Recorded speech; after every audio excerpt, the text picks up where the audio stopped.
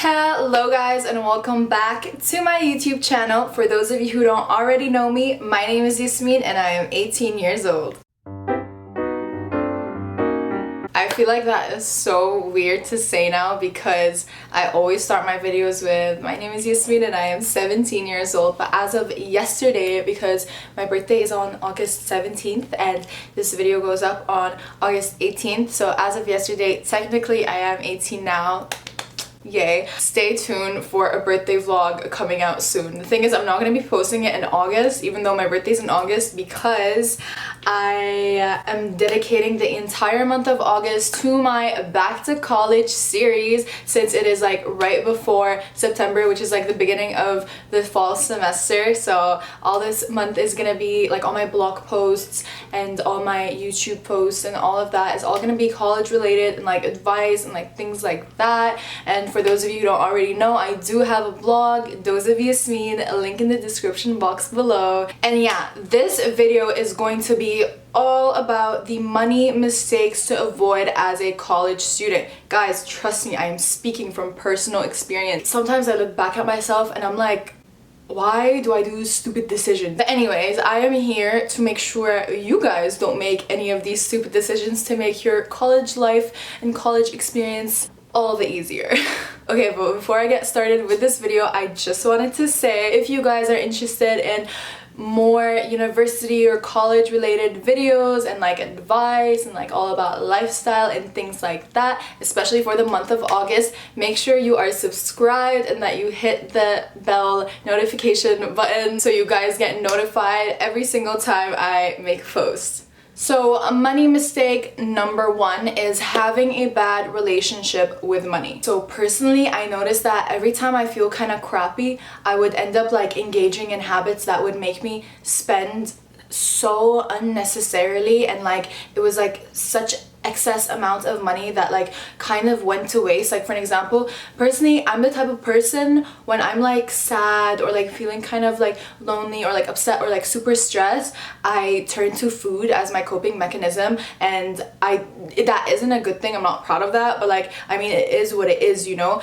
And the thing is, no matter whether or not my fridge was like fully stocked and it was like exam season and I'm like so stressed, I would end up ordering in so much. So the thing is that you would think that like, okay, whatever, you're just ordering in whenever you're like feeling stressed or like, oh, you didn't want to cook or whatever, but like it accumulates over time and it actually really puts so much pressure on your finances. Like the thing is, I wasn't taking into consideration that I'm spending hundreds a month on groceries, and then because I would order in so often or because I would eat out so often, all of that money going towards that would accumulate and I would end up spending hundreds, even more than my groceries, on eating out. So not only is it unhealthy for my body, but at the same time it was unhealthy for my relationship with money. And then when the time would come that I need to like pay my bills, I would like look at my bank statement and I would realize that I spent so much on like things that were so unnecessary. Like, first of all, what's the point of eating out if I had so many groceries at home? Or what's the point of buying groceries if I was eating out all the time, you know? Like, it just didn't make any sense, and it was just kind of like super stressful because you can see how irresponsible you're being. It's literally, it's on your bank statement, you know? And again, it just made my relationship with money worse because it just was stressing me out all the more, you know? So actually, something that I noticed is like almost everyone I know who like started off in college had this problem, and the way that I fixed it and what I advised other people to do and what I'm gonna advise you guys to do brings me to my next point. So my second point, the second money mistake you need to avoid is not budgeting. Oh my god, if I could go back and advise myself on one thing, it would be to budget. Like, I cannot even emphasize how crucial this is to your spending. Like, it's literally going to change your life. Budgeting gives you peace of mind. It helps you make sure you always have money to pay your bills. It makes you have so much more control. It gives you less debt, and most importantly, it just gives you overall better mental health. Like, I'm going to link in the description box a blog post which gives you all the different types of like budgeting methods, and there are literally countless different kinds. And the thing is, I know that all of us have like different incomes and different spending habits. Like I may spend more on groceries than someone else will, or I may spend less on tuition than someone else will, and things like that. And like we all have different incomes and stuff, so definitely like go through a trial and error period. We all will do that. Like I had to do that. And the thing is, although I found some budgeting methods that like did work, I kind of ended up creating my own, something that like tailors me perfectly, which is why I say go through a trial and error period and find what works for you. You can create your own, and that's like perfectly fine. Like it's okay to experiment and like not necessarily have it work the first time, but you definitely need to do this until you find a budgeting method that works for you. Because when you budget and when you set limits for yourself, like for example, if you know how much your bills are going to be, when you set a limit of like how much you're gonna pay for your bills, it's less likely for you to go over that. So like for example, if your phone bill is like $60 a month, it's less likely for you to like go over your plan and then like end up paying like $100, because like you know that you set a budget for yourself, you know that you set a limit. Like, you know what, I said 60, it's gonna stick to 60, you know. Trust me guys, living from paycheck to paycheck or from like allowance to allowance is so stressful, and it's like it just gives you like a headache. Okay, so I'm just gonna kind of like explain to you guys like my budget, like what I do. So 60% of my income goes to my needs and my fixed payments, like groceries, Wi-Fi, hydro bills, subscriptions, things like that, like Spotify and like whatever. Like I already know how much this is gonna cost, but like for hydro and electricity, for an example, that always changes. So I kind of like set a budget, like you don't know where it's gonna be, you know, so I like set a limit kind of. And then 20% automatically goes to my savings. Like the second I get my income, 20% I remove it and I put it in my savings so I can have that on the side, which is gonna bring me to my next point later. And then the last 20% goes to like my wants, so for like going out and like having fun or like eating out and like partying or like whatever, it all goes to that. Money mistake number 3 is not saving. Oh my god guys, if you do not save or you do not have like a savings account, like literally stop this video, open your phone and create a savings account on your bank account, because every single person needs to save. Everyone thinks that like you don't need to save when you're younger, but you guys do not understand how important this is. Like I cannot even emphasize how much this pays off in the long run. There's nothing such as starting too small. The thing is, you always need to remember that small savings turn into big money. Like for an example, if you want to save $100 a month and you want to put that in your bank account, by the end of your 4 years and you're undergraduate, you're gonna have almost $5,000, and then that can get you started. Even if you save like $50 a month, that can get you like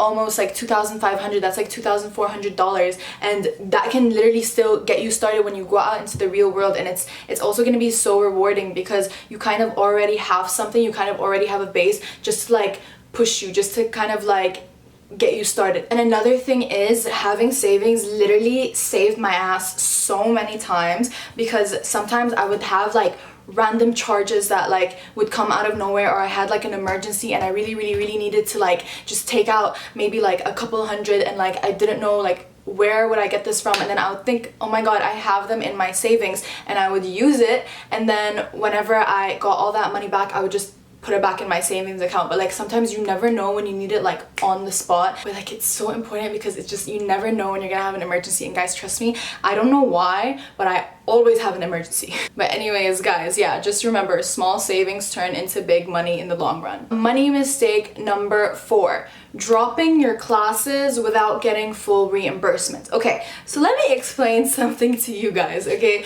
So when you sign up for a class, you're gonna be given a period of time where you can add more classes, drop this class, kind of like play around, see like which classes you actually wanna join and which class you're actually like gonna go through with for the rest of the semester.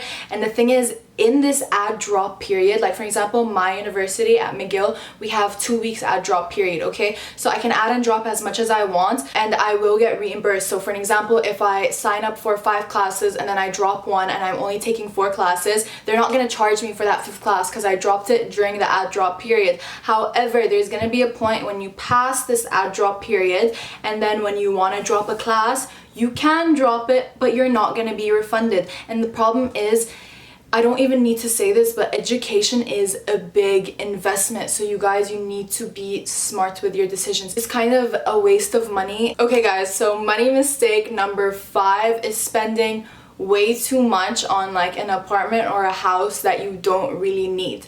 The thing is, you guys need to remember that you're college students. Like, you're going to be spending most of your time in class or at the library or out with your friends or like literally partying all night. So you don't really need the most luxurious and expensive like apartment or house that you can get.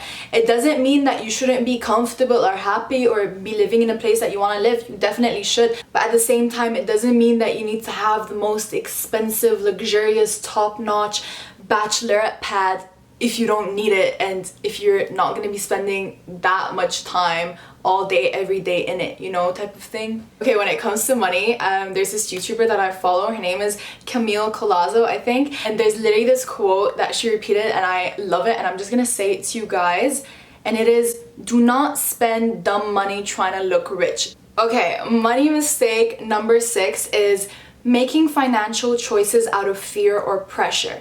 Okay, so the thing is, like, when you first join university and like obviously you want to make friends and things like that, a lot of people are going to experience FOMO. For those of you who don't know what FOMO is, it is the fear of missing out. And the thing is, like, spending because you're afraid to miss out, I feel like this is usually a problem with like social butterflies, where like you really want to be at every single event and things like that, which is like fine, but at the beginning, like when you spend because you're kind of like pressured or like you're kind of scared to like miss out on like some experiences with like new friends and things like that, it can just start out as like this simple desire to like be liked or like just have fun with your friends, and there's nothing wrong with that. Like, I mean, you should set aside from your budget money to spend time with your friends and like going out and stuff. Like I said, minus 20%. But at the same time, this can so easily spiral into a spending problem. Like, if FOMO literally rules your life and you do not set a proper limit in your budget to like spend when you're going out with your friends and stuff like that, you're gonna find yourself funding an expensive lifestyle that you cannot afford, and this is just going to put so much pressure on you and worsen your relationship with money, which brings me back to my first point. Having a bad relationship with money is literally going to be the key to all your problems. Like, if you know that you're going to feel guilty, or if you cannot afford like splurging on super expensive vacations or super expensive dinners or partying literally 24/7, because guys, like, that is going to be costly, like all of these things, then don't do it. Do not feel pressured to do it. I know a lot of people would be embarrassed to say like, I can't afford it, or I just don't want to spend that much money. You could just say like, you know what, I'll just meet you guys afterwards, or I'm trying to tighten up my budget. You could say like, you know what, I'm saving up for blah blah blah, so I don't want to spend on this right now,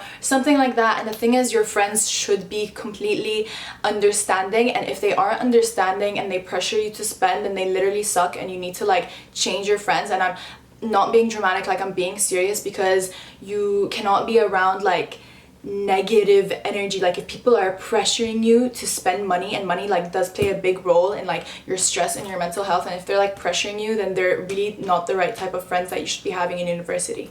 Okay, money mistake number 7 is having unnecessary subscriptions. Like, we all have like Spotify or like Netflix or like whatever, but every single month, like, oh my god, I remember there was a point where I would look at my bank statements and I'm like, where is all this money like going? Why is it always the same number every single like month or week getting deducted from my bank account, and I don't even know about it? And then I realized I have subscriptions for things that I forgot about, like that I haven't even used. So guys, like, make sure you like check your bank statements and unsubscribe to things that you don't use. And I know there are like some resources for like school, or for like, I know some people use like resources for homework and you have to like subscribe to them, and that's fine and stuff, but don't forget, when it's like winter break or like summer break and you have like a few months off, just unsubscribe to it and then subscribe to it again later. Okay, money mistake number 8 is not paying your bills on time. Oh my god, the thing is, if you don't pay your bills on time, they're gonna accumulate, and sometimes if you go past your deadline, they're gonna accumulate with interest. Something that I love to do is, the second I get my bills, I like take that part out of my budget and I automatically like take it out, because the thing is, I don't even need to worry about it, because like I would hate to get to a point where I think like, okay, I'm just gonna pay this later, and I spend as much as I want, and then the time comes and then there's a deadline, and then I'm like, oh my god, I overspent and I don't have enough to pay my bills, and then I need to wait until like maybe until I get my allowance, and then by the time that happens I'm gonna have my other bills, and then I'm gonna have interest on my first bills, and it's all a mess, you know, guys. Just make sure you always pay your bills on time. Money mistake number 9, and the last money mistake that I'm going to be talking about, is not setting goals. In my opinion, I feel like the most important thing is for you to think long term, because where you are in a year is an exact reflection of your actions right now, and that's literally how I live my life, and it changes. It changed the entire way that I live my life, because I always think long term, like, you know, where do I want to be next week? If I want to be where I want to be next week, then I have to change what I'm doing like at this second. And that's the same thing when it comes to money, you know. And the thing is, you need to set yourself goals. Like if you say in 2 years I want an expensive vacation, then your behavior with money is gonna change right now, so you can fund your expensive vacation in 2 years. When you set goals and you plan for it in detail, you are so much more likely to actually achieve it and like stick to it. It gives you something to look forward to, and not only is it like better for you because it kind of gives you more self-control, but at the same time you actually will be achieving your goals. You'll be getting what you want to do. And the thing is, like, yes, when you save a certain amount of money, or when you start making your own money, you get excited and you want to reward yourself, and that's completely fine. You can go out and reward yourself from time to time, but at the same time, again, you do need to think long term. Like, in 5 years, do I want to reward myself with all the money I'm making by buying an apartment or buying a Chanel bag, you know, type of thing. Like, I'm not saying that you shouldn't buy a Chanel bag if you want to, but I'm just saying you really have to think long term. Like, is this investment worth it if I want to be where I want to be in 5 years, you know, type of thing. Like, I don't know, I would just say setting goals just like literally changes your life, not just in the money aspect and every single aspect, but like for the sake of this video, and if we are talking about money, I would say definitely set goals. And I know some of you guys are gonna think like, oh, that's so far-fetched though, but no, it's not impossible to achieve your goals if you plan your work and work your plan. Oh my god, I should have just moved the curtain because you guys can like actually properly see me now. But anyways, guys, that's the end of today's video. I hope you guys found it useful, and if you did, and if you enjoyed this video, don't forget to subscribe, like, comment, and share this video. And as usual, if there's any type of video that you guys want me to make, or any blog post that you guys want me to write about, or anything like that, let me know in my comments or let me know in my DMs, and I am more than happy to do it. I'll see you guys next week.